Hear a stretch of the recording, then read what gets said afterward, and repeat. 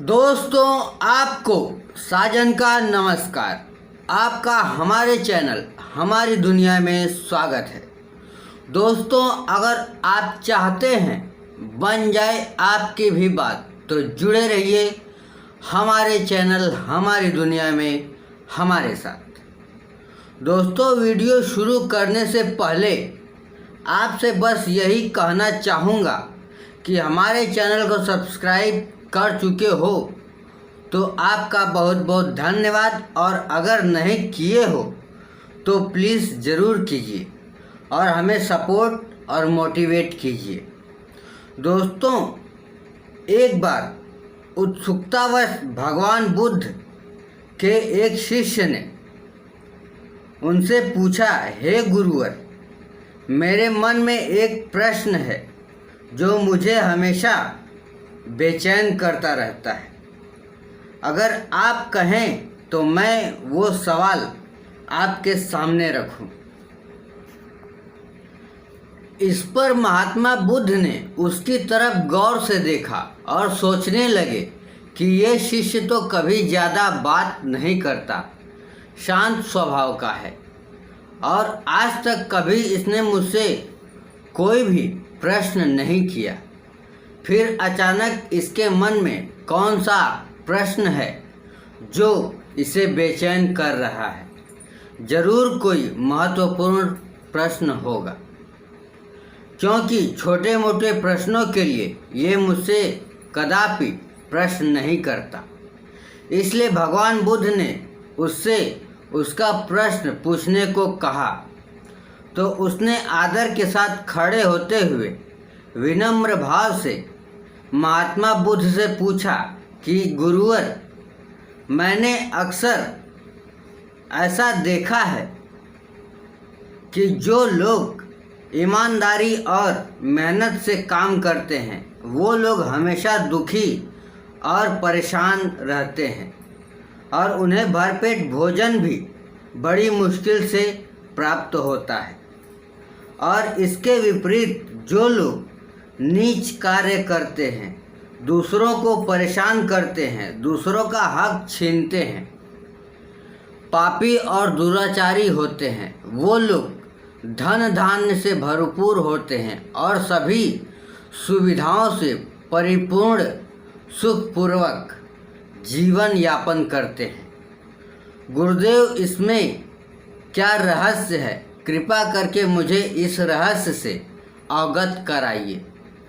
तब भगवान बुद्ध ने इस प्रश्न के उत्तर में जो कहा उसे सुनकर उस शिष्य की जिज्ञासा पूर्णतः शांत हो गई। भगवान बुद्ध ने बताया कि मेहनत करने वाले की तुलना में जो लोग मेहनत नहीं करते वो लोग ज़्यादा सुखी और धन धान से परिपूर्ण इसलिए रहते हैं कि वो लोग दूसरों का अधिकार छीनते हैं, दूसरों पर अत्याचार करते हैं, उन्हें उचित अनुचित से कोई फर्क नहीं पड़ता। ऐसे लोग राक्षसी प्रवृत्ति के होते हैं, तामसी होते हैं। उन्हें दूसरों का अधिकार छीनने में, दूसरों को प्रताड़ित करने में ही आनंद आता है।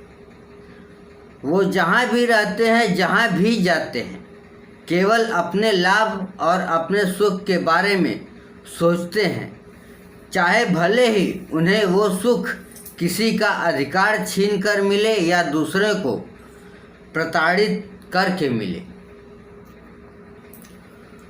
उनका मूल उद्देश्य केवल अपनी सुख सुविधा होता है और उसके लिए वो किसी भी सीमा तक जाते हैं। और इसी कारण ऐसे लोग ईमानदार और परिश्रमी लोगों से कहीं ज़्यादा धन धान्य से परिपूर्ण और सुखी होते हैं, किंतु इनमें असंतोष होता है।